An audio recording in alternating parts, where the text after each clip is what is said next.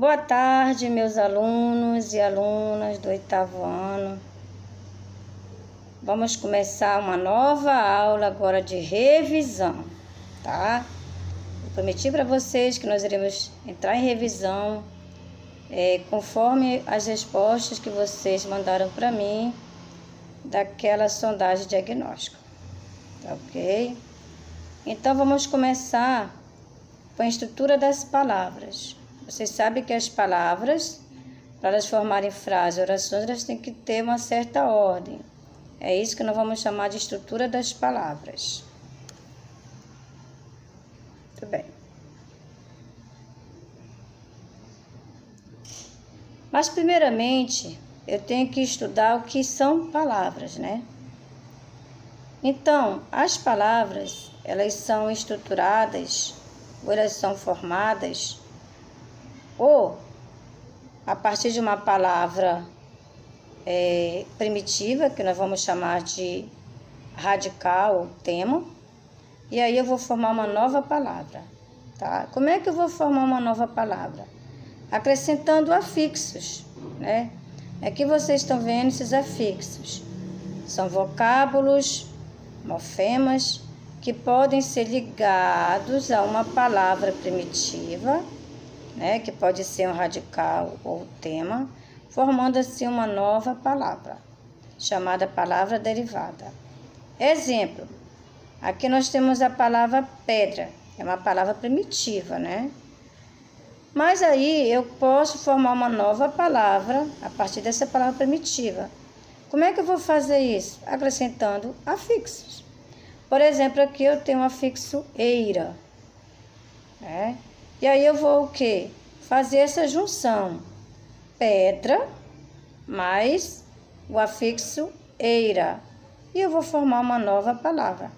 Pedreira, palavra derivada. Ok?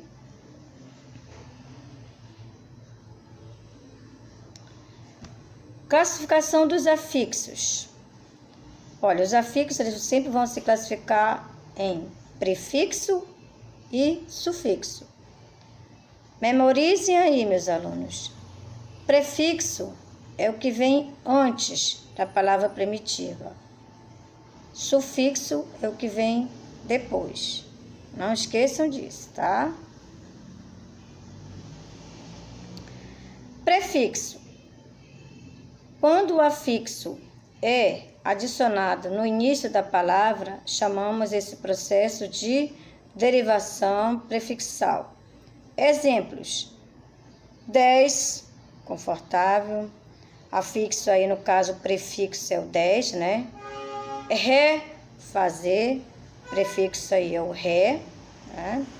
10, leal, prefixo aí é o 10. E legal, prefixo aí é o i, né? Se juntando essas palavras aí, que nós vamos chamar, se chama palavra primitiva, nós vamos fazer uma nova palavra, né? Que é desconfortável, refazer, desleal e ilegal. Sufixo. Quando o afixo é adicionado no final da palavra, este processo, por sua vez, é chamado de derivação sufixal. Exemplos: plantação, plante, palavra primitiva, né? No caso aí nós temos o radical da palavra, né? E a ação, nós temos aí um sufixo. Folha, aí nós temos gen, sufixo gen. Eu formo uma nova palavra, folhagem. Legal, é a palavra primitiva, né? Legal. E aí eu tenho o sufixo mente, eu formo uma nova palavra, legalmente. Livraria. Aí nós temos aqui o radical, né, da palavra livra, que é a livra, e mais o sufixo ria, fica livraria, né? Bem, então, aqui foi um resumo, tá? da estrutura das palavras, né? Como é que nós formamos as palavras. Claro que esse estudo ainda vai ser mais aprofundado ano que vem, quando vocês estiverem no 9º ano. Vocês vão estudar muito mais sobre isso, tá? Isso aqui é só um resumo, tá? Agora, meus queridos alunos e alunas, vamos entrar em outro assunto de revisão, tá? Aí eu fiz aqui essa, como se fosse a manchete, né, de um jornal, onde ficou assim, na manchete em foco, é o verbo que manda. Então, eu vou entrar também com vocês um pouco de revisão sobre o verbo, né? Qual é a função do verbo na oração, né? Quando é que eu vou saber que um verbo, ele é transitivo ou intransitivo, tá? Então, é isso que nós vamos estudar hoje, agora. Então, vamos lá? Aí tem essa pequena manchetezinha aqui, né? Para começo de conversa. Um jornal de bairro teve um problema sério com a diagramação dos textos.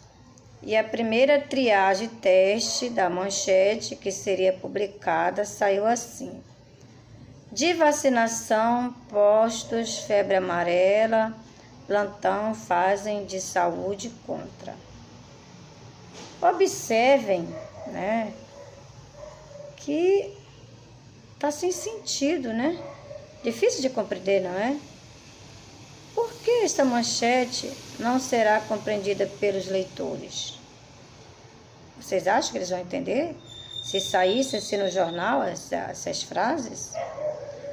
E aí eu pergunto para vocês, o que deve ser feito para resolver o problema, né? Voltando lá, ó, a frase é, né? De vacinação, postos, febre amarela, plantão, fazem de saúde contra. Então, pense aí um pouquinho e verifiquem o que está errado, né? Não pode ser assim. Quando nós falamos, nós não falamos assim. Se vocês perceberem que quando nós estamos falando, as palavras estão saindo numa ordem certa, não é? Então, vamos lá. Analisando a manchete do texto, né, vai ficar assim. Vamos verificar como ficaria a reorganização desse texto, né? Que critério devemos usar, ou você usou aí, para organizar essa manchete? Que palavra foi tomada como base para organizar essa frase, né? Então, eu coloquei aqui algumas opções para vocês observarem, tá? Vamos lá. Primeira opção: postos de saúde fazem plantão de vacinação contra a febre amarela, né? Observe que agora a frase ou a oração ficou clara, né? Deu para entender. Opção número 2. Contra a febre amarela, vírgula, né? Postos de saúde fazem plantão de vacinação. Olha aí. De novo, ficou claro a oração. Eu entendi a comunicação que ela quis passar, não é? Outra opção.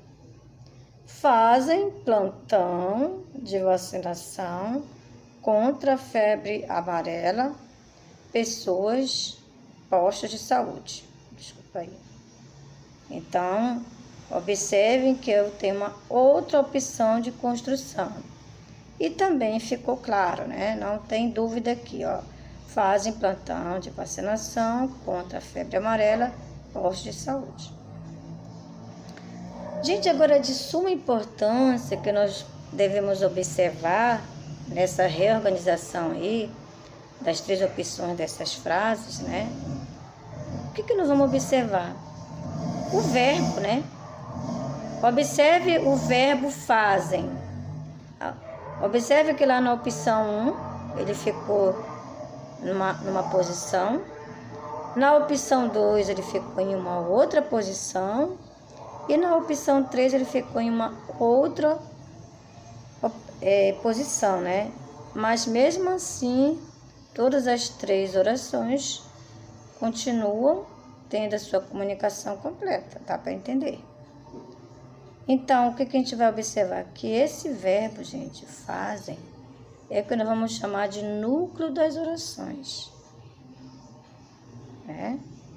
Ainda que elas possam ter diferentes configurações, certo?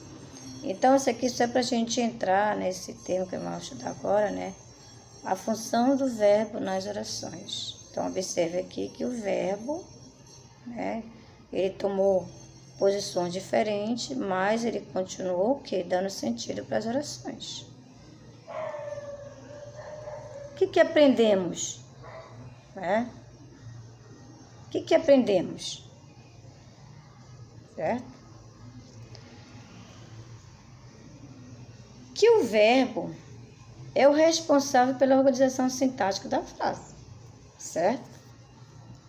Isto é, em torno dele, do verbo, né, as frases se organizam e as palavras que constituem a frase seguem uma relação de concordância com o verbo. O sujeito sempre concorda com o verbo. Então, o verbo carrega o significado do que quer se transmitir, certo? Por isso, podemos dizer o verbo é que manda e também é chamado de núcleo da oração.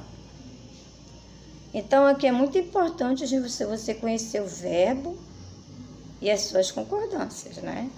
Quando é que o verbo pode ficar no plural, quando é que o verbo pode ficar no singular. Isso é importante.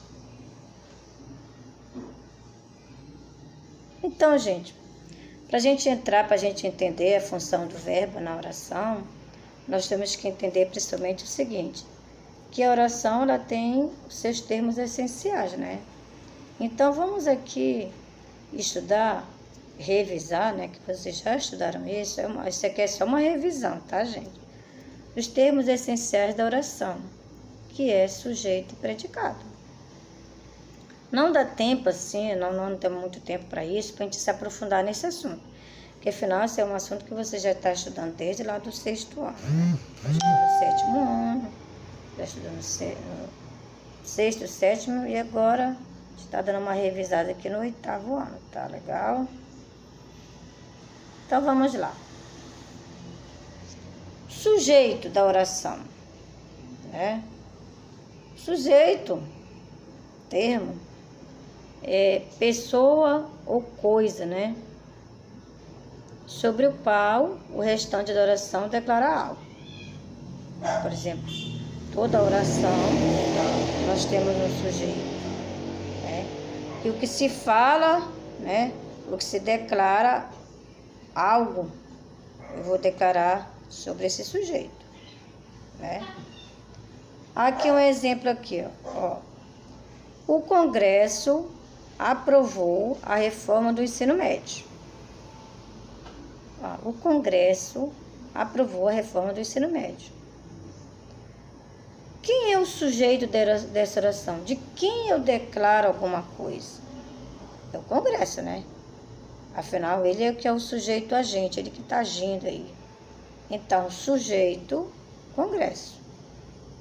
Para descobrir o sujeito de uma oração, é necessário que se faça a pergunta para quem? Ao verbo, sobre quem ele se refere, né? Por exemplo, quem aprovou a reforma no ensino médio? Aí vem a resposta, o Congresso. Então, o Congresso é o meu sujeito, né? Ok. Então, vamos aqui entrar agora em predicado. O que é o predicado, gente? Então, predicado é o termo que contém o verbo e informa algo sobre o sujeito ou um fenômeno, né? É aquilo que se declara sobre o sujeito.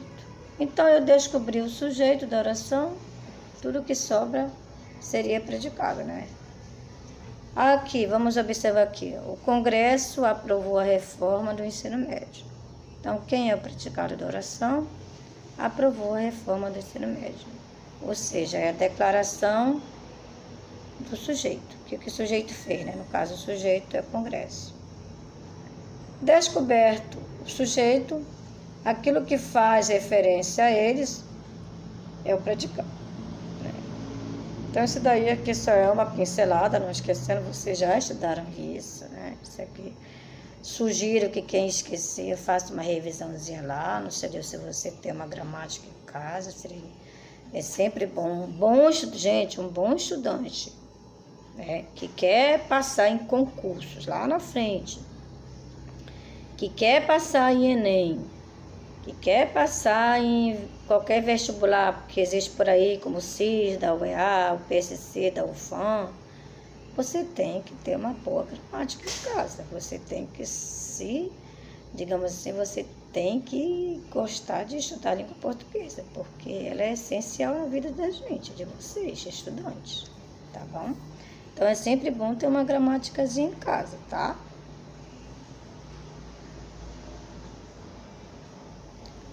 Gente, isso aqui é muito importante, principalmente quando vocês estiverem produzindo textos ou criando frases, né, orações. Atenção, entre o sujeito e o predicado não existe pontuação. Ou seja, não existe vírgula, não existe ponto vírgula, não existe ponto. Não pode, porque entre sujeito e predicado eu não posso separar. Porque se eu separar, deixa de existir a oração. Porque você sabe que a vírgula ela tem essa função de separar. Tá ok? Não esqueçam disso. Então, vamos lá, gente. Então, como eu falei para vocês que o verbo, né? É o cara que manda na oração, né? Ele é de super importância. Então, vamos conhecer agora o que são verbos de predicação completa e incompleta.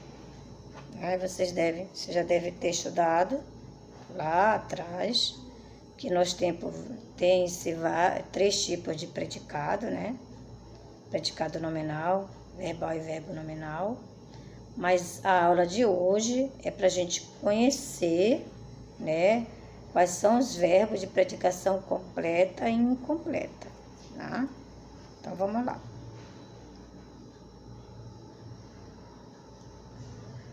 O que é predicado verbal? Você já deve, como nós já falamos lá na frente, né? Uma oração ela é dividida em duas partes, sujeito e predicado, chama de predicado verbal, quando o núcleo do predicado é um verbo ou uma locução verbal, tá ok?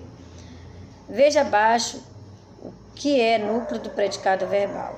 Aqui eu tenho um exemplo. Maria comprou roupas ontem. Quem é o sujeito? Maria, né? E foi ela que comprou roupas ontem. Aí a gente vai aí no slide anterior. Quem comprou roupas ontem? Maria. Por isso é importante, por isso lá na frente nós já estudamos que é o verbo, né? Como núcleo do predicado, né? Da oração. Então, vocês têm que saber identificar o verbo na oração. Se vocês não souberem fazer isso, vocês não vão achar nunca o sujeito, né?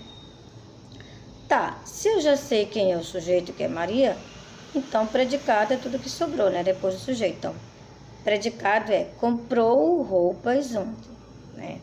No caso aqui, um predicado verbal, pois ontem, né?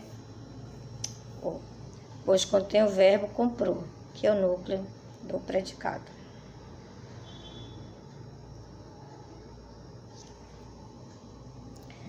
Predicado verbal completo. O núcleo é um verbo intransitivo. Então, predicado verbal completo, então, predicação completa, né? O núcleo é um verbo intransitivo. E agora que eu não me lembro o que é um verbo intransitivo? Vamos aqui ver um pouquinho o que é um verbo intransitivo, tá?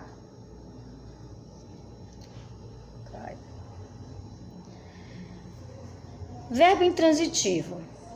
Este verbo não existe complemento, pois apresenta um sentido completo da oração.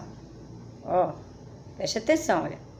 Este verbo não exige complemento, pois apresenta um sentido completo da oração.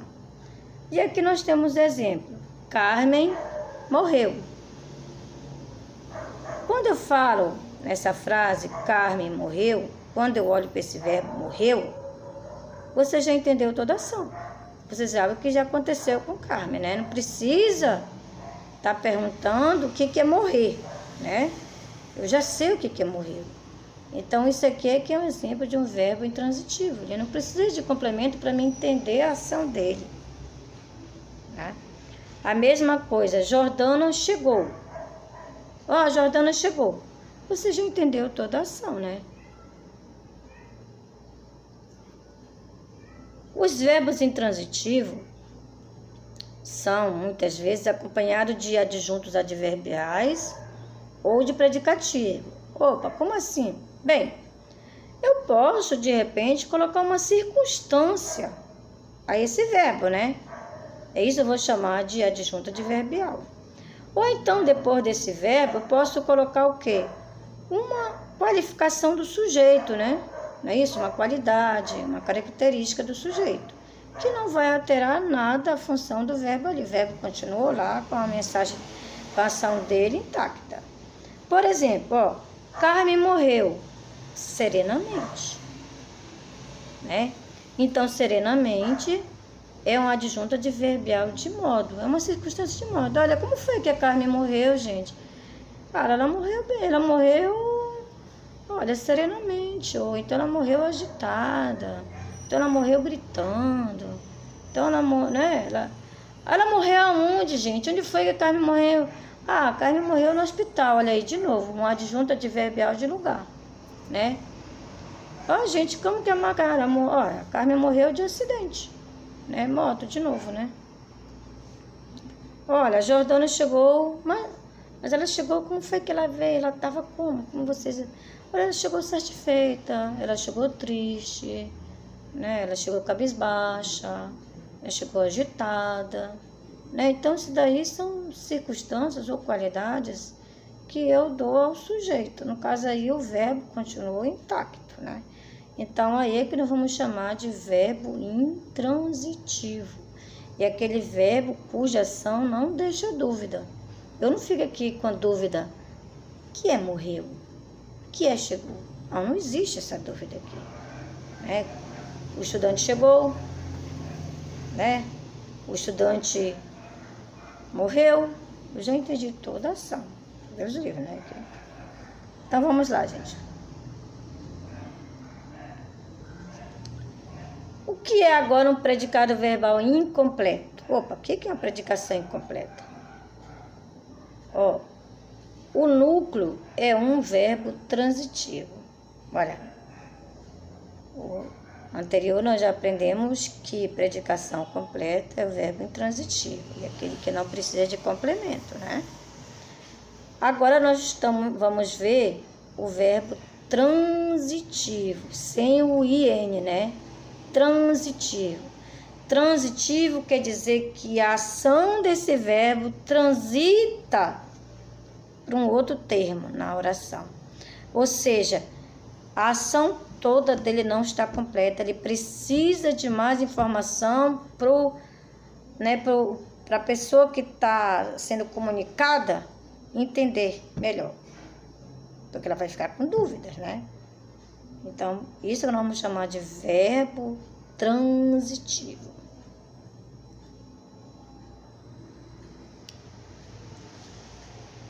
O que é um verbo transitivo?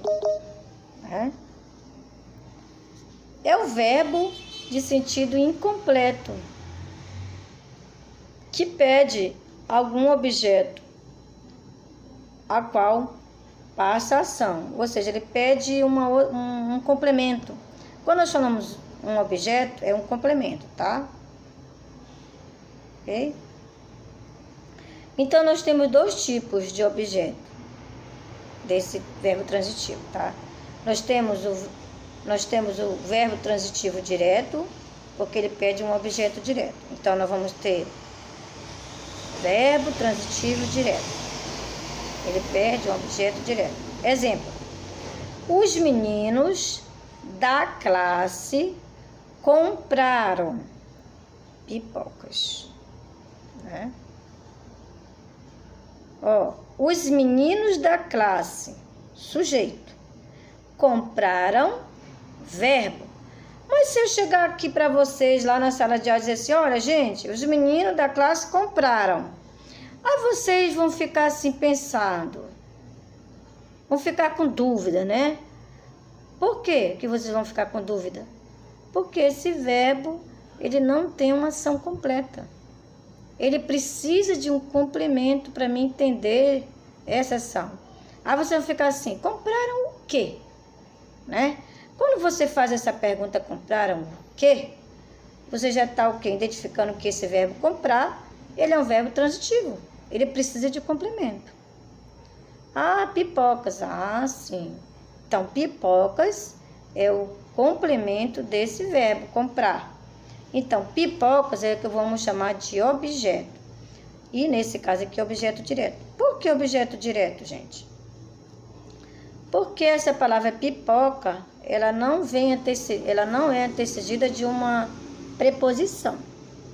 Então, não teve preposição, então ele é direto. Então, sugiro que vocês façam aí uma revisãozinha aí, se já esqueceram o que é preposição, tá? Se ainda tiver um tempo, vou lançar aqui uma aulazinha sobre preposições, tá bom? E também nós vamos ter o verbo transitivo indireto. É aquele que vai pedir um objeto indireto. Exemplo aqui, olha. As meninas gostam. Se chegar alguém aqui na sala e disser assim, olha, professora, as meninas gostam. Aí eu vou ficar assim, mas gostam? Gostam de quê? Gostam do quê? Viu só? Me gerou uma dúvida, a informação não está completa. Então, é isso que nós vamos chamar de transitividade do verbo, quando ele não é completo, ele precisa de um complemento. Elas gostam de paçoca. Sim, agora eu entendi. Então, aqui nós temos um objeto indireto. Por quê? Porque eu tenho aqui, olha, nessa palavra, esse termozinho de, antes de paçoca, é uma preposição, tá? Também esse verbo, meus amores, ele pode ser também direto e indireto ao mesmo tempo, né? Olha aqui, por exemplo, olha, há verbos transitivos que pedem dois objetos ao mesmo tempo, um direto e outro indireto. Exemplo, quais são esses exemplos desses verbos esses que são mesmo incompleto mesmo, né? Que é o verbo dar, mostrar, pedir, devolver, entregar, oferecer e etc. Olha, por exemplo, o namorado deu. Deu o quê? Né? Ele deu alguma coisa a alguém, né? E ele diz, olha, o namorado deu a Célia um buquê. Então, aqui podem observar que o namorado é o sujeito, deu é o núcleo desse predicado, né? Ele deu a quem? A Célia. O quê? Um buquê. Então, por que a Célia é indireta? Porque eu tenho uma preposição aqui, né? Quem dá a alguém. Ele deu a Célia. E o buquê é um objeto direto porque ele é precedido apenas de um artigo.